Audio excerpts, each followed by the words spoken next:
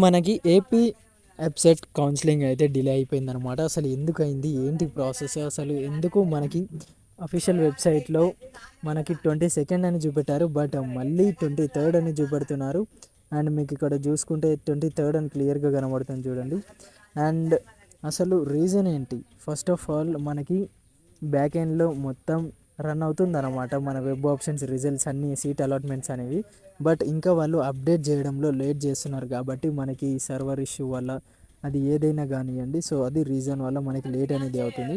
And మీరు just ఈరోజు అయితే మనకి సీట్ అలాట్మెంట్ అనేది వచ్చేస్తుంది అనమాట. మీరు జస్ట్ చేయాల్సింది సబ్స్క్రైబ్ చేసేసుకుంటే నేను అప్ టు డేట్ అప్డేట్ ఇస్తూనే ఉంటాను. అండ్ ఫస్ట్ ఆఫ్ ఆల్ అసలు దీని తర్వాత ఏముంటుంది, అసలు ప్రాసెస్ ఏంటి, అండ్ దీని తర్వాత నెక్స్ట్ ప్రాసెస్ మిస్ అవుతే మాత్రం చాలా ఇబ్బంది పడతారు.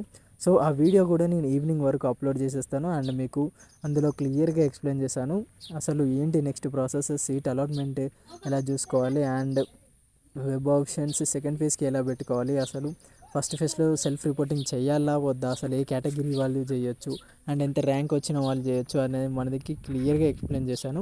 మీరు జస్ట్ చేయాల్సింది, మీకు ఏమేమి డౌట్స్ ఉన్నాయో అవన్నీ కామెంట్ బాక్స్లో కమెంట్ చేసేయండి. నేను ప్రతి ఒక్క కమెంట్కి రిప్లై ఇస్తున్నాను. అండ్ మీరు ఏదైతే ఫేజ్ 1లో కౌన్సిలింగ్లో సీట్ అనేది వస్తుందో, సో అస్సలు మిస్ కాకండి దాన్ని. అండ్ ఫస్ట్ ఆఫ్ ఆల్ ఆ ఫీజు అనేది కట్టేసేయండి. అండ్ ఇంకా మిగతా వివరాలు నేనైతే చెప్పేస్తాను.